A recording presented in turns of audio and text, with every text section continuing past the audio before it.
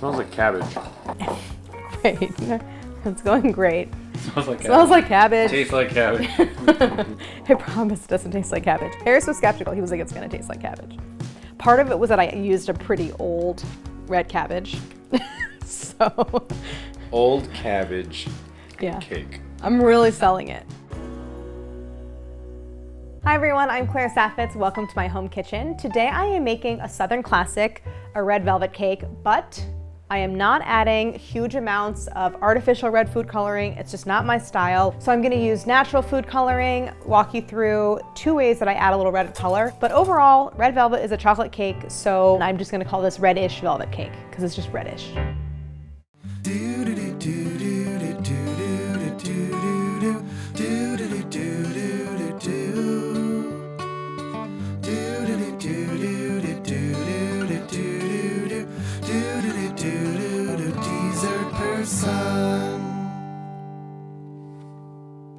Red velvet cake is not something that's really actually in my repertoire, so I developed this recipe kind of newly and for the first time, but I know that it is a cocoa-y cake, a Southern favorite, and I love layer cakes, and I actually really like that this cake has a kind of lighter cocoa flavor because I don't love like a super intensely chocolatey dessert anyway. I think it's a delicious cake, and really I think what people gravitate toward when it comes to red velvet is the texture. It's a really soft, tender, light cake, and I love that. So for the frosting, I could definitely just do a classic cream cheese. That's what people come to expect with red velvet. I'm gonna make a recipe actually that is in What's for Dessert. It's a part of my sheet cake, my sheet birthday cake recipe. It is a cream cheese Ermine frosting. So it's cooked with flour. It is so incredibly light in texture. It has like a whipped cream texture. So it's a winner. It's really good. It's not bright red. Just know that from the beginning. And I know that. I have cake on this side, frosting on this side. For the cake, I have cake flour, sour cream, baking powder and soda, kosher salt, 4 eggs, natural cocoa powder, so not Dutch process. I'll talk about why. Hello, Gesundheit. Annatto seeds, that's one of my natural food coloring ingredients. Neutral oil, this is another natural food coloring that I made from red cabbage. We'll also talk about that. Vanilla extract, granulated sugar. Okay, for frosting, I have milk, room temperature butter, some room temperature cream cheese, sugar, a little salt, and flour. Special equipment, I decided to make this cake as 3 8-inch layers. It's more classic to see like 2 9-inch layers. I just like my 8-inch cake pans better, so you could do either. So I have those here. I have some parchment rounds for lining the pans, a hand mixer, which I didn't get out yet because I'm just gonna use that for the frosting, and just like a few bowls, a whisk, spatula, pretty basic stuff. The reason it's called red velvet cake is because there is actually a natural reaction that occurs between natural cocoa powder and the acidic ingredients in red velvet cake. So I have sour cream, there's often buttermilk, so there's like a cultured acidic dairy, and most recipes will have you add a little bit of vinegar. So there is something in cocoa powder, it's a type of antioxidant called anthocyanins, and in the presence of an acid, it turns a little bit red. It's in like red cabbage and a lot of other red foods, berries, for example. So when you use natural cocoa powder, which is not Dutch processed, meaning it has been made basic, like it has been alkalized, so the acidity has been reduced. So when you use natural cocoa powder, there's that reaction that occurs. So it should be naturally like reddish. Now, of course, I'm enhancing that color. So what I have here is a kind of natural food dye that I made from red cabbage. I boiled red cabbage in water until the color had basically leached out. Then I added a little bit of red wine vinegar. I added red wine vinegar because it was already red, but that is gonna turn it kind of turned it this hot pink.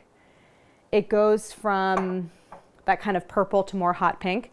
And then interestingly, if you add something that's basic like baking soda to make it more alkaline, it turns blue. So here is that cabbage-based, just like watery solution. This is with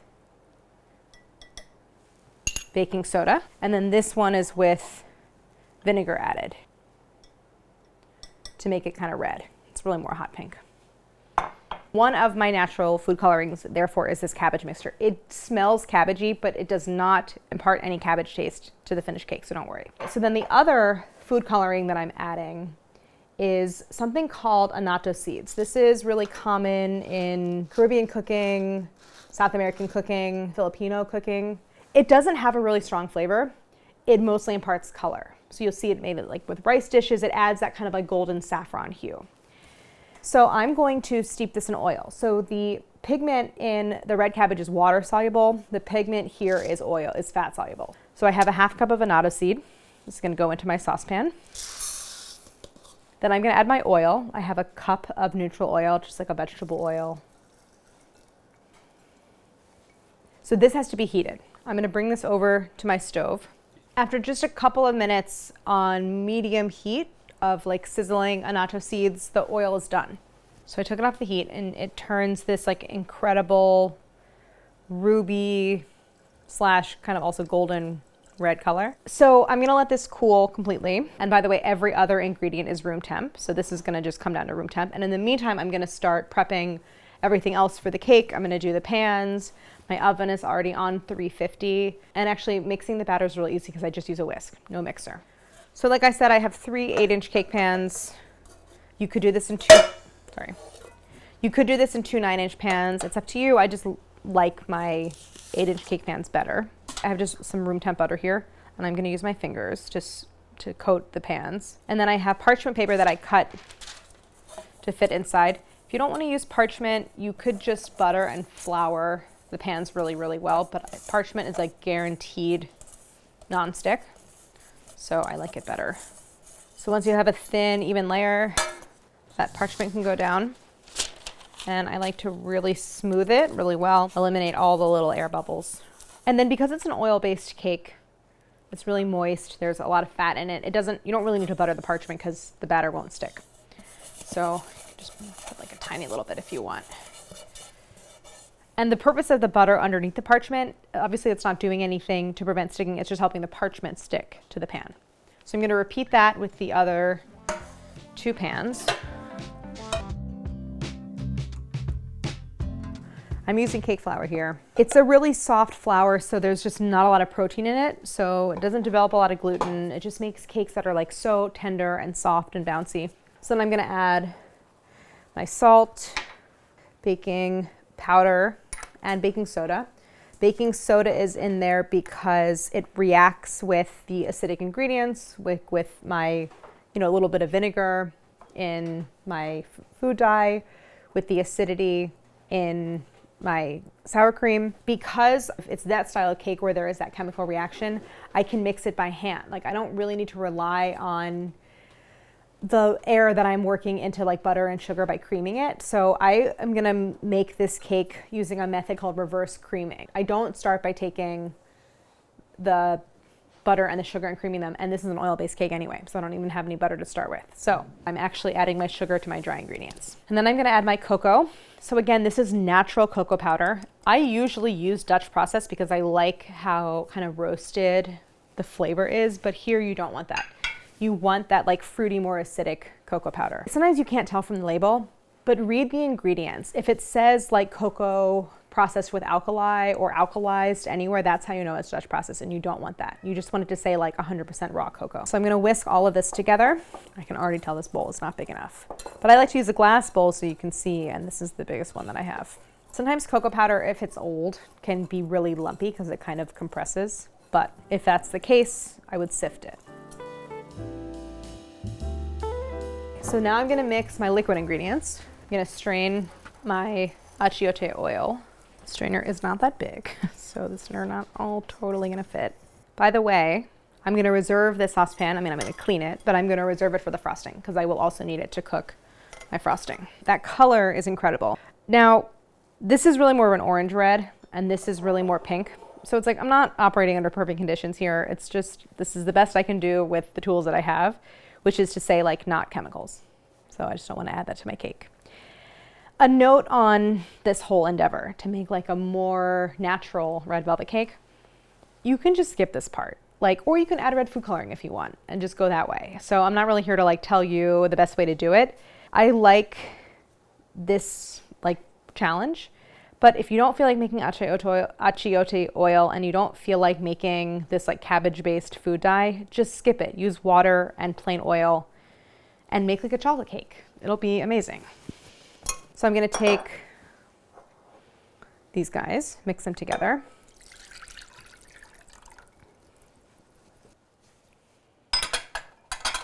Then my sour cream.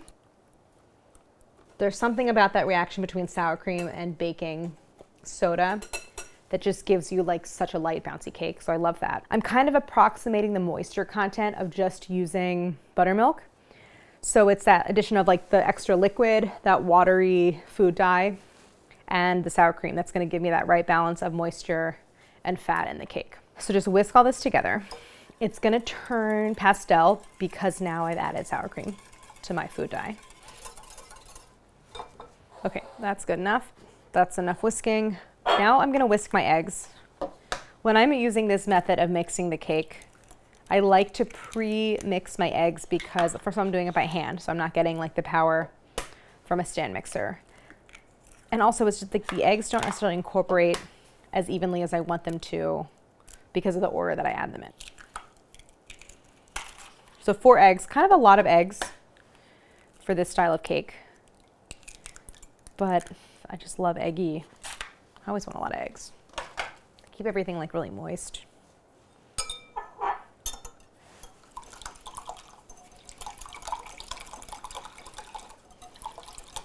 Okay, so mostly streak free there.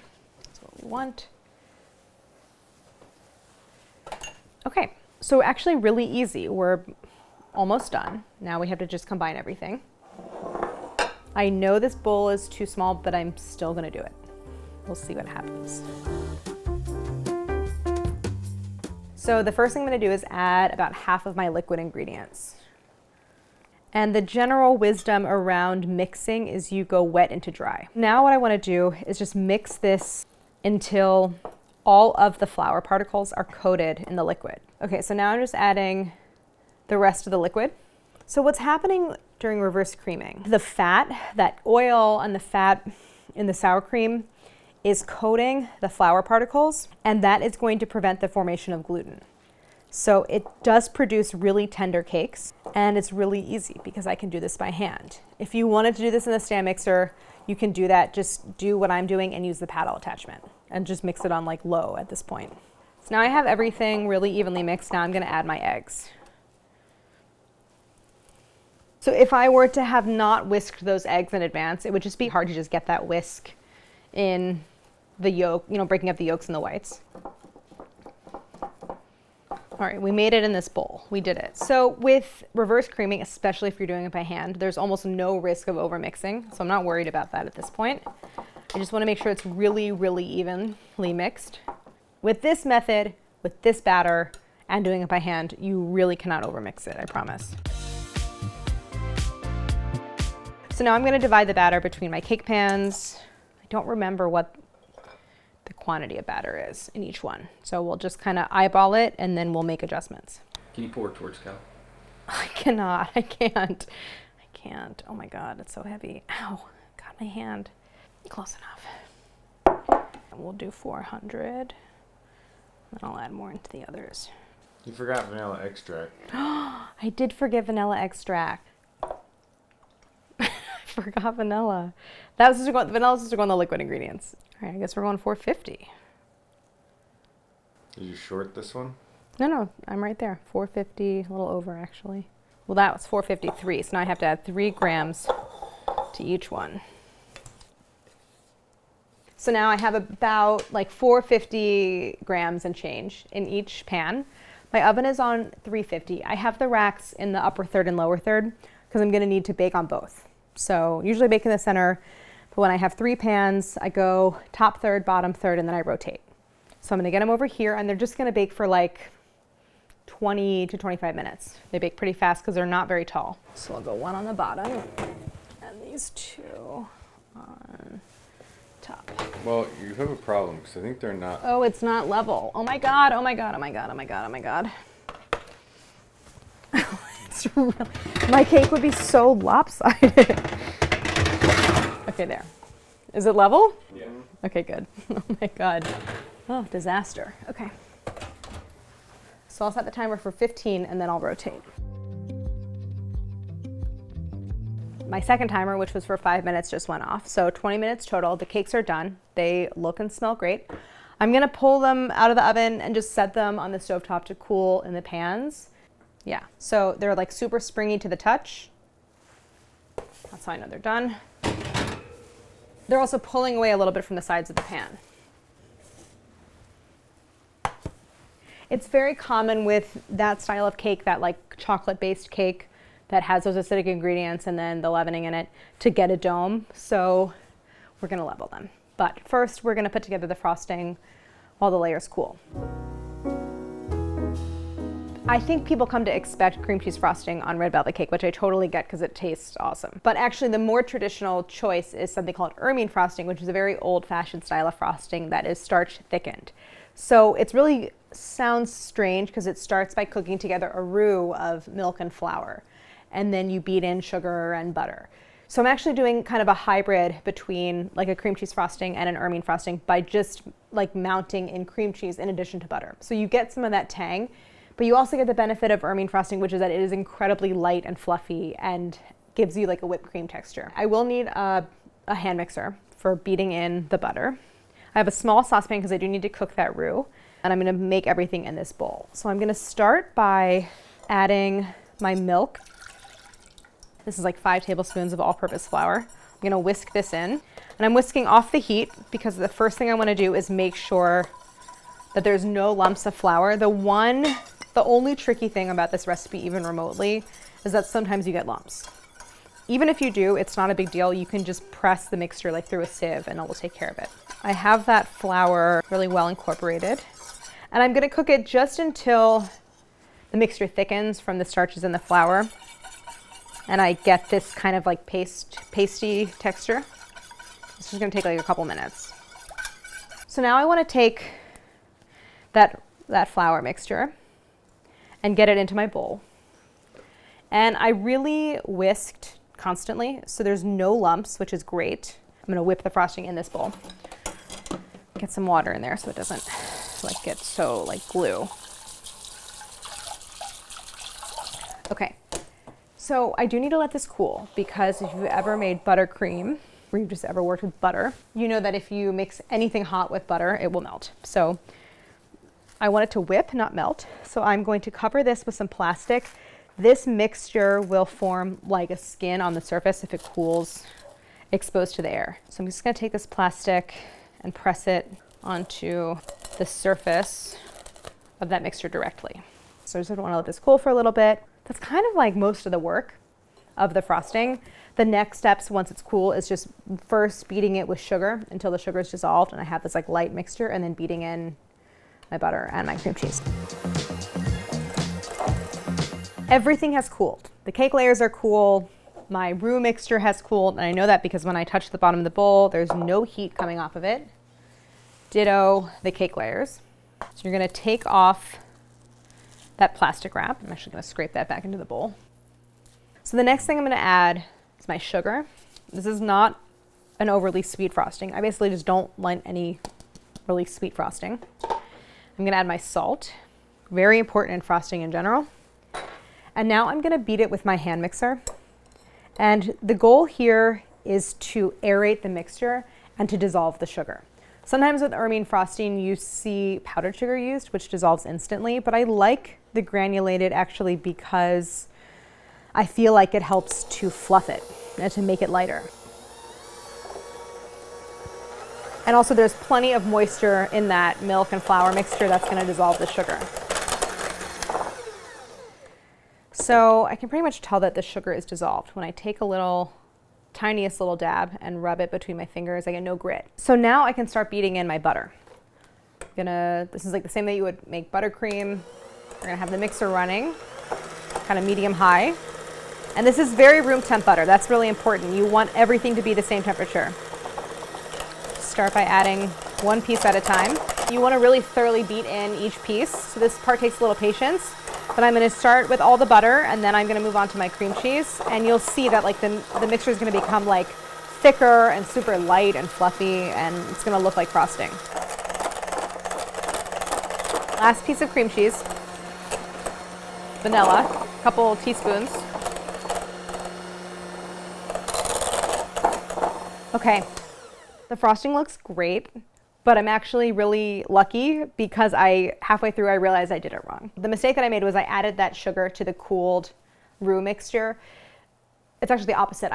What you're supposed to do is combine the room temp butter, cream cheese, and sugar in a separate bowl, whip all that up really well. That's where you're doing that like creaming motion of the butter and sugar, and the sugar's dissolving and the mixture's getting like super light and fluffy. And then you take your cooled roux mixture and you add it a tablespoon at a time to your like fat and sugar mix. So that method gives you like a much better chance of a stable emulsion than adding the fat to that like more liquid mixture that I had.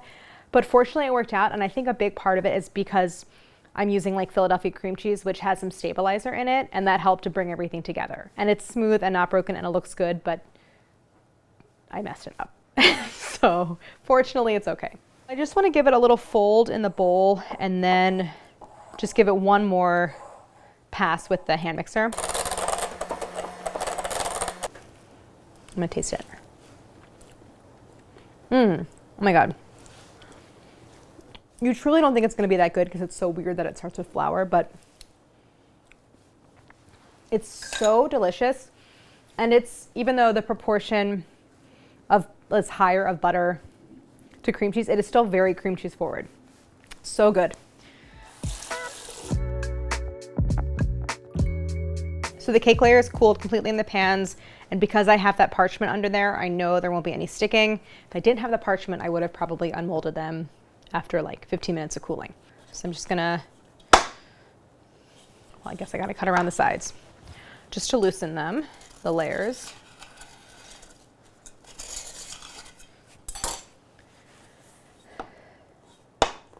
I'm gonna unmold them. You can peel away that parchment. They smell so good, oh my gosh. And now I'm going to put it right side up on my cutting board. I have a serrated bread knife. I'm not gonna, because of the domes on these, I don't wanna like completely level them because I'm gonna lose a lot of cake. So I'm just gonna kind of level like the inner 2/3 of the layer. And the key is that you're keeping your knife perfectly parallel to the work surface. And I like the other hand to kind of stabilize. Obviously make sure you keep it out of like the path of the knife. But you're just working it across the surface of the cake and removing the kind of domed part. This is gonna make it much, much easier to assemble it. What I like about layers that you have to level is that you get to taste the cake. And it's really good. I might give it a little more on that side. They make cake levelers, which is a tool, but unless you're like having an at-home cake business, I don't really think it's necessary. So I'm gonna really kind of freehand this. If you want like a perfectly clean, pristine serving plate, you can put like some parchment down in strips. I'm gonna add a nice dollop of my Ermine frosting. Ermine frosting is on the looser side. So I don't wanna add a really thick layer because it's gonna kind of wanna like squeeze out the sides. And it also benefits from chilling. So if you feel like the frosting is too loose to kind of hold its shape, stick it in the fridge. Now, first layer down, I'm going to level that second layer.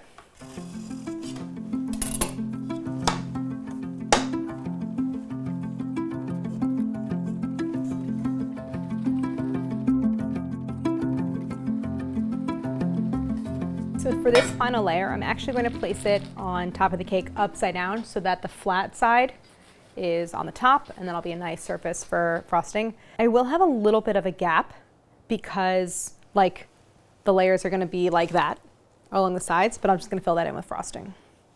So upside down on top. The layers are like so flexible. That's the great thing about oil-based cakes. They're like really easy to work with.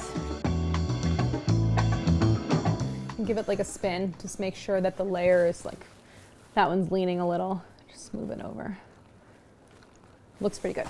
I am gonna do a little bit of a crumb coat because it's like really light frosting and I am getting some crumbs from those layers. So what I do is I just take like a medium-sized dollop, put that on top, and then I'm gonna work this in just a really thin layer. You can see I have some crumbs in there. They were actually just on the spatula. I'm gonna work it all the way across the surface and then down the sides. And a crumb coat is just the thinnest possible layer to like have the frosting act like spackle, and it like slicks all little crumbs to the cake so that when you add the final layer, it doesn't mar that frosting.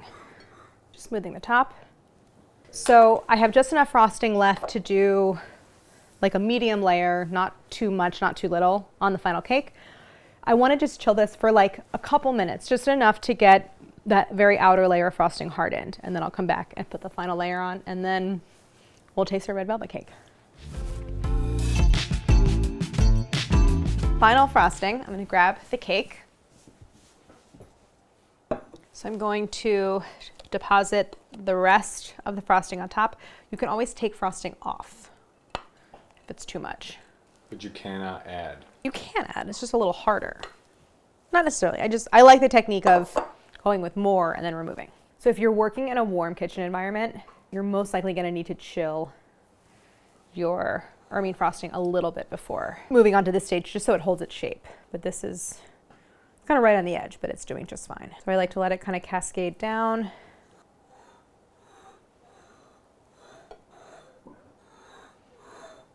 Just keep rotating to do that last sort of ring around the bottom. I'm going really cautiously because I don't want to like get tons of frosting smeared around the plate because I didn't cover it. So I'm just sort of gently working it all the way to the very bottom as I go around. Not perfect, but as you can see, it's dark outside, so I'm trying to finish this cake. I mean, I'm not going to really fuss over it too much, and you can kind of go in and fill any spots that are a little more bare, but I think we're basically there. You're going to put sprinkles on it? I don't think I'm going to put sprinkles on it. Vinny, is it giving you Yeah, it looks just like wedding a wedding cake memories? Absolutely. For Vinny's cake, I did like really textured frosting. If it's totally smooth, the frosting, it's like it could be cement, you know? So on Vinny's cakes, I wanted it to look like a palette knife kind of texture. So I left it kind of textured, but I like that look. Looks home style, but also very nice. For the love of God, let's cut this cake. I thought you were going and to eat it. refrigerate. No, I don't want to. I'm not going to refrigerate. No, you got to refrigerate. Yeah. Okay. 5 minutes. Okay, fine. So against my judgment, I'm being told I have to refrigerate this cake just to chill the very outer layer of frosting, which will give me a cleaner slice. So I'll chill it for a few minutes and then we'll come back and taste it. But I'm ready. Okay, cute little 8-inch 3-layer cake. Time to cut it. I just have to make sure to get the cheese pull. Well, what you're not going to see is a bright red interior. Is it red?